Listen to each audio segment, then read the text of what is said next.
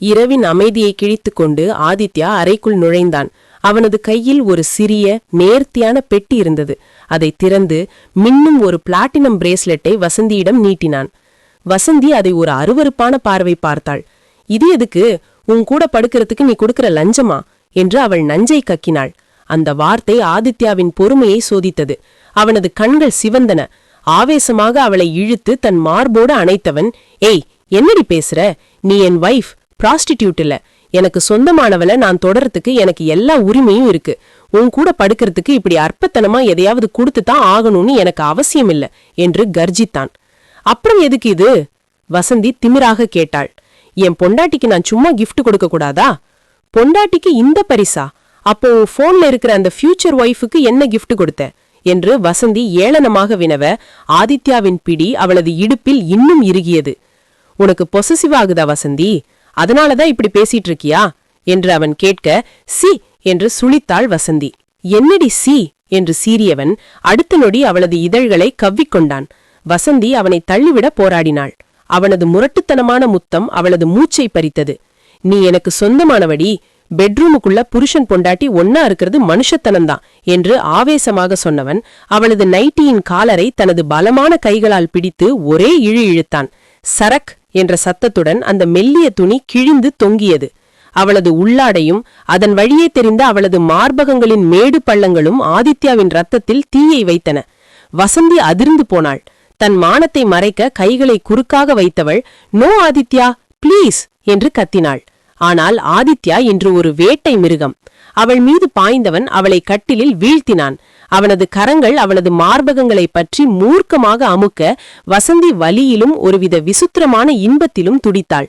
அவனது வெப்பமான மூச்சு அவளது மேனியில் பட அந்த அறை ஒரு காம கூடாரமாக மாறியது. ஆதித்யா அவளது எதிர்ப்புகளை தனது ஆளுமையால் சுக்குநூறாக்கினான். வசந்தி விம்மி விம்மி அழத் தொடங்கியதும் அவளது அந்த ஆற்றனா துயரம் ஆதித்யாவின் வெறித்தனத்தை கிள்ளி எழிந்தது.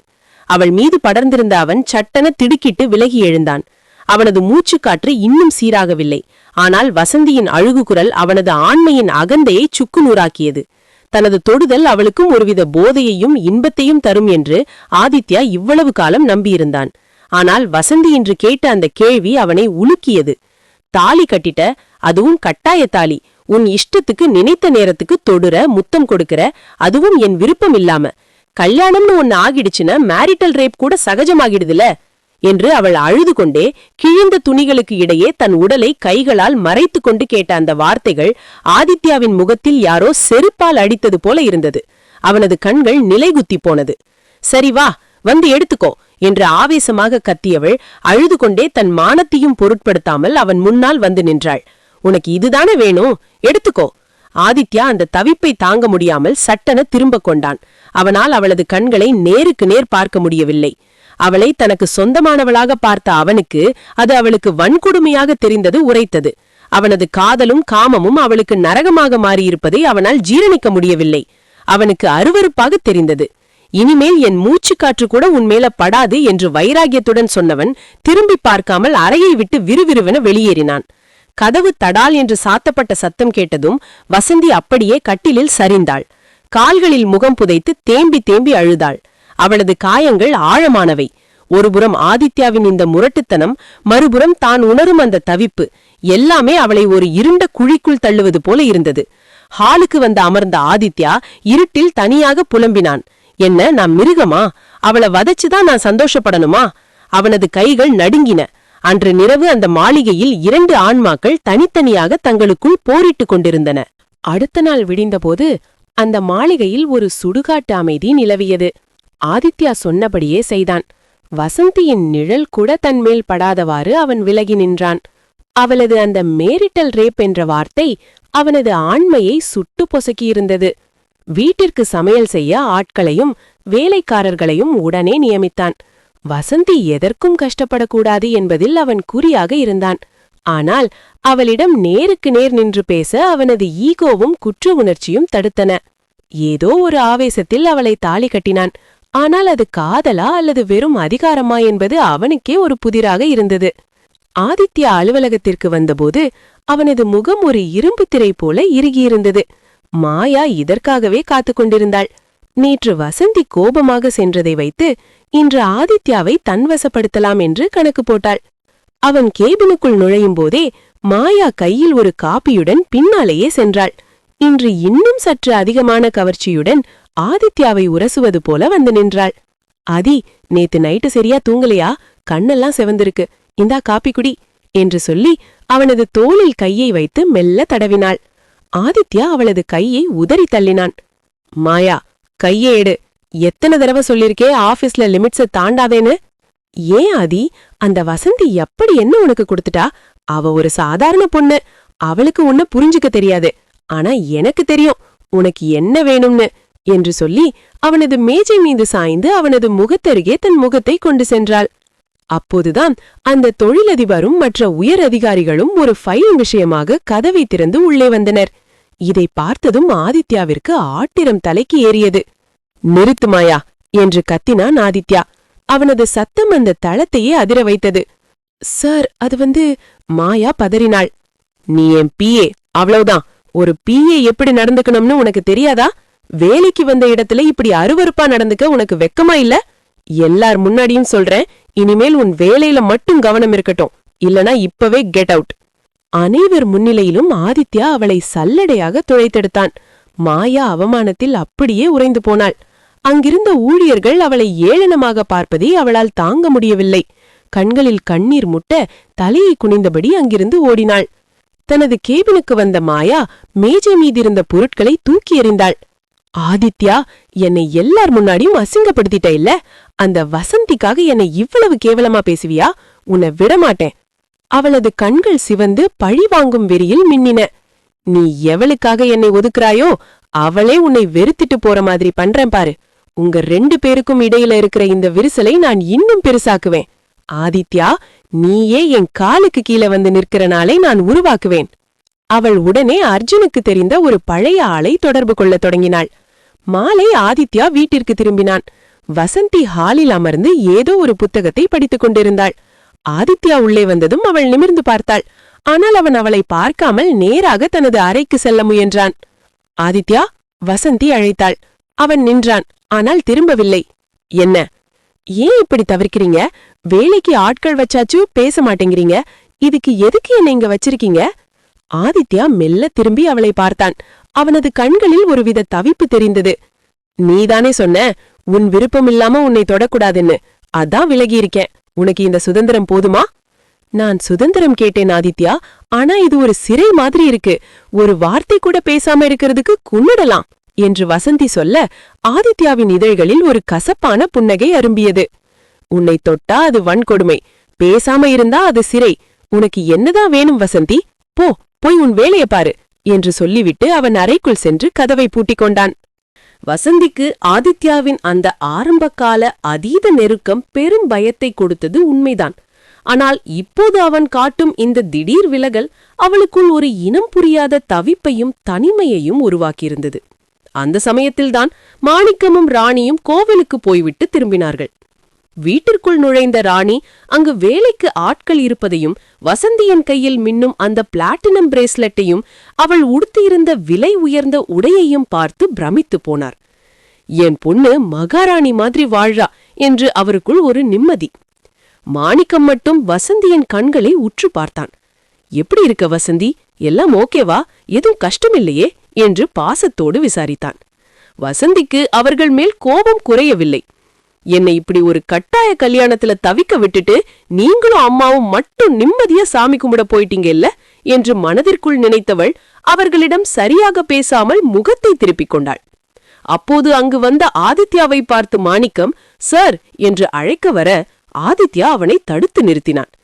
இன்னும் என்ன சார், மச்சான் என்றே கூப்பிடுங்க மாணிக்கம் என்றான் இயல்பாக.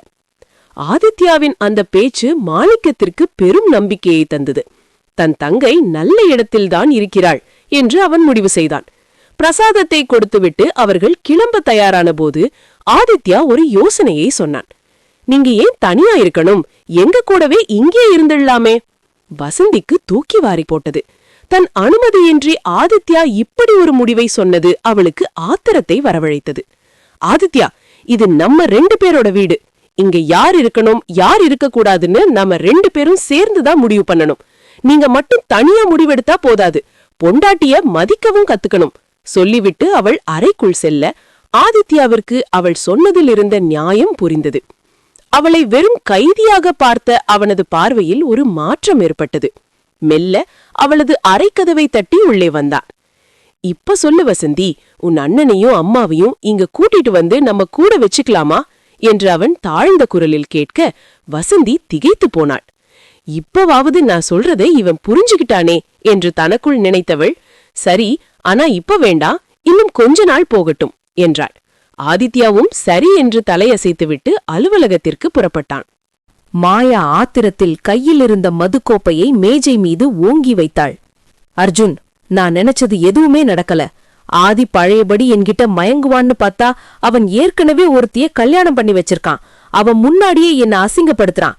என்ன கண்டாலே ஒரு நாய் மாதிரி மதிக்கிறான். மாயா புலம்பினாள். அர்ஜுன் சிகரெட்டை புகைத்தபடி ஜன்னல் வழியாக பார்த்தான். உன் நிலைமை பரவாயில்லை மாயா. பிசினஸ்ல அவனை அசைக்கவே முடியல. என் கெரியரையே காலி பண்ணிட்டான். ஆதித்யா இப்போ ஒரு இரும்பு மனுஷ மாதிரி ஆகிட்டான் என்றான் அர்ஜுன் கசப்பான குரலில்.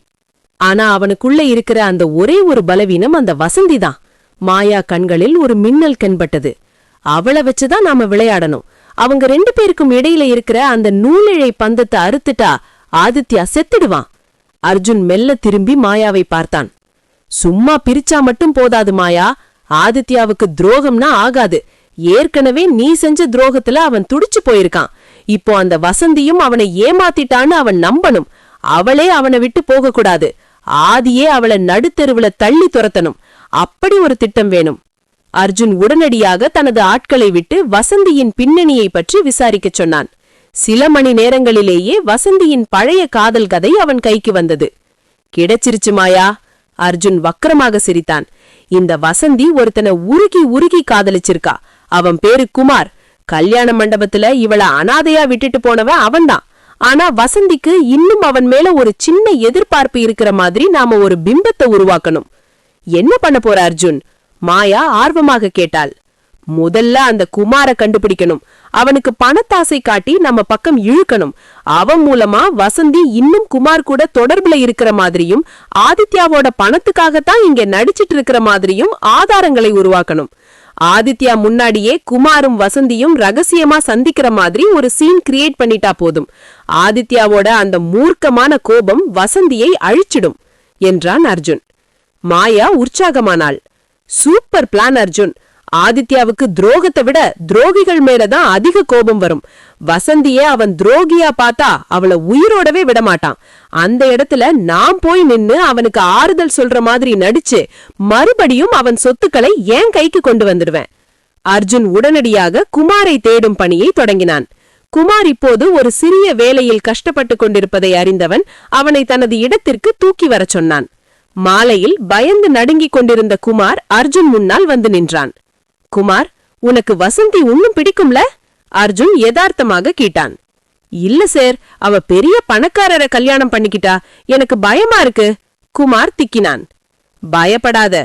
உனக்கு வசந்தி வேணும், எனக்கு ஆதித்யா வீழணும். நான் சொல்றத செஞ்சா உனக்கு 50 லட்சம் ரூபாய் கிடைக்கும். அதோட வசந்தியும் உனக்கே கிடைப்பாள். ஆதித்யா அவளை வீட்டை விட்டு துரத்துன அப்புறம் நீ அவளை கூட்டிக்கிட்டு எங்கேயாவது ஓடி போயிடலாம். என்ன சொல்ற? குமாரின் கண்களில் பணத்தாசை மின்னியது. சரி சார், நான் என்ன பண்ணணும்? அர்ஜுன் மாயாவை பார்த்து சிரித்தான். நாளைக்கு காலையில இருந்து ஆட்டம் ஆரம்பம். வசந்திக்கும் குமாருக்கும் இடையில ஒரு ரகசிய தொடர்பு இருக்கிற மாதிரி தடயங்களை உருவாக்க போறோம். ஆதித்யா அவனோட சொந்த கண்ணாலேயே இத பார்க்கணும். மாயா மனதிற்குள் நினைத்தாள். வசந்தி, உன் ராணி வாழ்க்கை இன்னும் சில நாட்கள்தான்.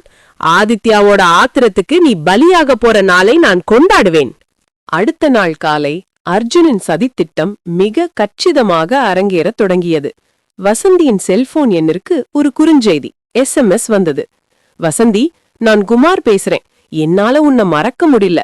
அன்னைக்கு நான் உன்னை விட்டுட்டு வந்ததுக்கு ஒரு பெரிய காரணம் இருக்கு.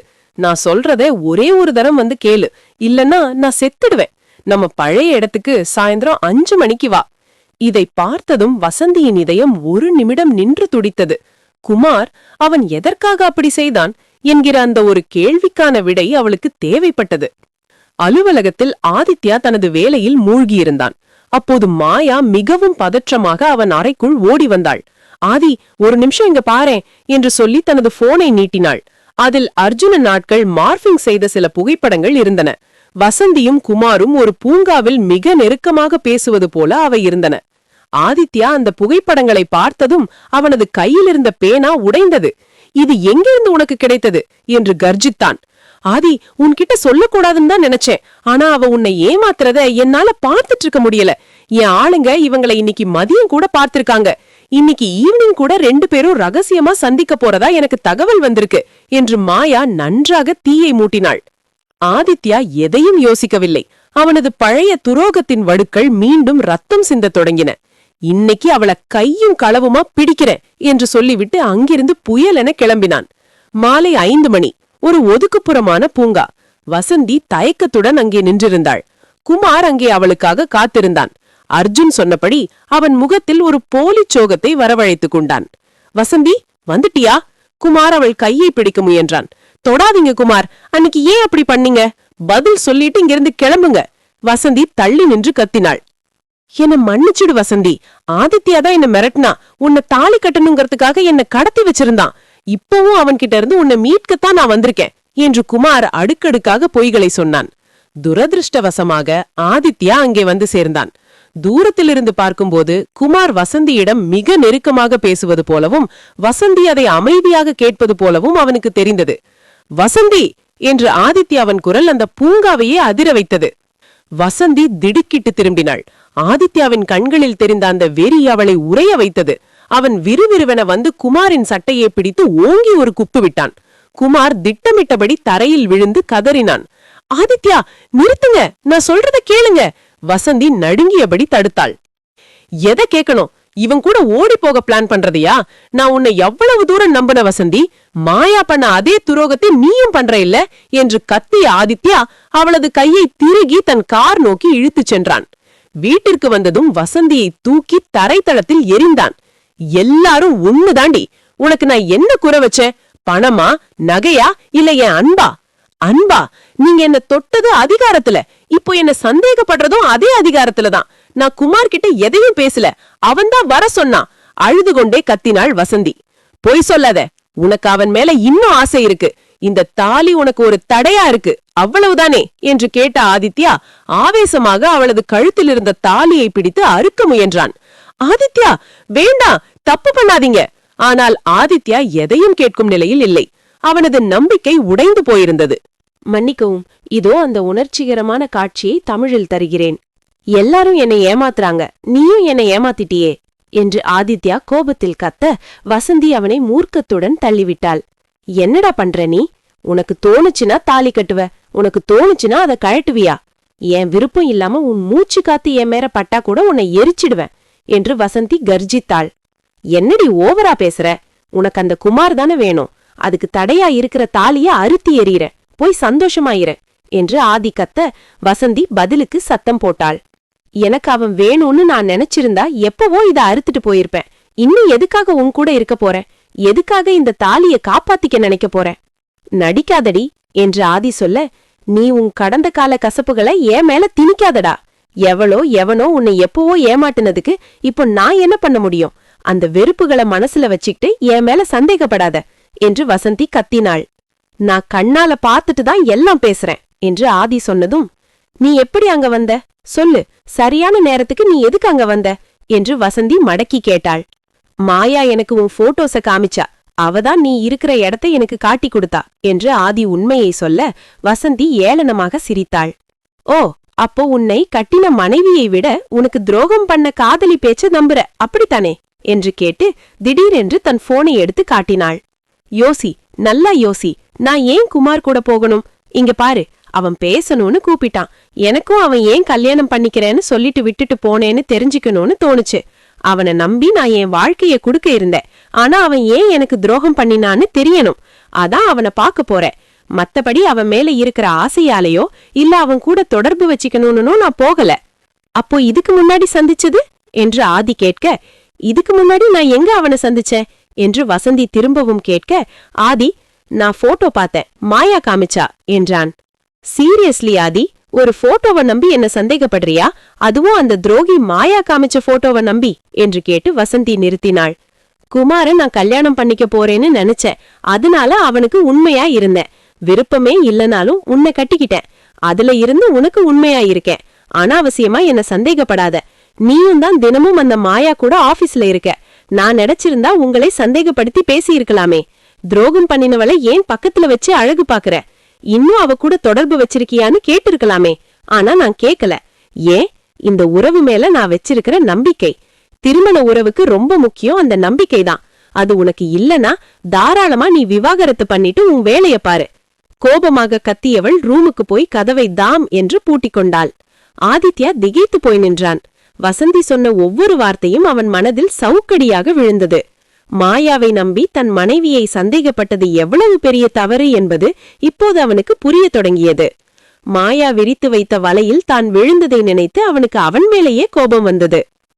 ஆதித்யாவின் கண்கள் இப்போது பழிவாங்கும் வெறியில் சிவந்திருந்தன. மாயா நினைத்தது போல அவன் பழைய மென்மையான ஆதித்யா இல்லை. துரோகத்தால் செதுக்கப்பட்ட ஒரு இரும்பு மனிதன். தன்னுடைய அடியாட்களை வைத்து குமாரை ஒரு பாழடைந்த குடோனுக்கு தூக்கி வர சொன்னான். அங்கே மர நாற்காலியில் கட்டி வைக்கப்பட்டிருந்த குமாரின் முகத்தில் தண்ணீரை ஊற்றி எழுப்பினான் ஆதித்யா. சொல்லுடா, எதுக்காக இத பண்ணின? ஆதித்யாவின் குரல் மரண அமைதியுடன் ஒலித்தது. சாரி சார், நான் வேணும்னு இதெல்லாம் பண்ணல. அர்ஜுனும் மாயாவும் தான் இப்படியெல்லாம் செய்ய சொன்னாங்க. பணம் குடுக்கறதா சொன்னாங்க. ஆனா நான் பணத்துக்காக மட்டும் பண்ணல. வசந்தி எனக்கு கிடைக்கணும்னு தான் பண்ணினேன் என்று குமார் அலறினான். ஆதித்யா ஆத்திரத்தில் குமாரின் கன்னத்தில் ஓங்கி ஒரு அறை விட்டான். அவ்வளவு லவ் இருக்கிறவன் எதுக்காகடா கல்யாண மண்டபத்துல இருந்து ஓடிப்போன? என் வீட்ல பெரிய பிரச்சனை ஆகிருச்சு சார், அதனாலதான் வர முடியல. கல்யாணம் நின்னுடும். 2 நாள்ல எப்படியாவது தப்பிச்சு வந்து வசந்திய தூக்கிட்டு போயிடலான்னு தான் நினைச்சேன். ஆனா அதுக்குள்ள நீங்க அவளை கல்யாணம் பண்ணிக்கிட்டீங்க. அர்ஜுன் சொன்ன பிளான் படி நடந்தா நீங்களும் வசந்தியும் பிரிஞ்சிடுவீங்க. அப்புறம் நான் அவளை கூட்டிக்கிட்டு எங்கேயாவது ஓடி போய் பிழைச்சிக்கலான்னு நினைச்சேன். ஆனா இப்போ எல்லாமே சொதப்பெருச்சு என்று குமார் கதறினான். ஆதித்யா குமாரின் சட்டையை பிடித்து தூக்கினான். வசந்தி என் மனைவி. அவ பக்கத்துல வரணும்னு இன்னொரு முறை நீ கனவுல நினைச்சு பார்த்தா கூட உன் குடும்பத்தோட உன்னை அழிச்சிடுவேன். ஓடிப்போயிடு என்று கர்ஜித்து அவனை விரட்டிவிட்டான். அடுத்ததாக அர்ஜுன் மற்றும் மாயாவை பொறி வைத்து பிடிக்க ஒரு மாஸ்டர் பிளான் போட்டான். நேராக வீட்டிற்கு வந்தவன் வசந்தியிடம் பேசினான். வசந்தி, நீ இப்பவே கிளம்பி உன் அண்ணன் வீட்டுக்கு போ என்றான் ஆதித்யா. வசந்தி அவனை முறைத்தாள். இப்போ என்ன புது நாடகம்? நேத்து சந்தேகப்பட்டீங்க, இன்னைக்கு துரத்துறீங்களா? வசந்தி, தேவையில்லாம எதையும் நினைக்காதே. உன் நல்லதுக்குதான் சொல்றேன். நான் சொல்ற வரைக்கும் இங்க வராதே என்று உறுதியாக சொன்னவன் அவளை வலுக்கட்டாயமாக அழைத்துச் சென்று மாணிக்கம் வீட்டில் விட்டான். மாணிக்கம், நான் கொஞ்சம் வேலையா வெளியூர் போறேன். வசந்தி தனியா இருக்க வேண்டாம். நீங்க அவளை பாத்துக்கோங்க. நான் வேலைய முடிச்சிட்டு வந்து கூட்டிட்டு போறேன் என்று சொல்லிவிட்டு அங்கிருந்து கிளம்பினான். ஆதித்யா இப்போது மாயாவின் வழியிலேயே அவளை பிடிக்க தீர்மானித்தான்.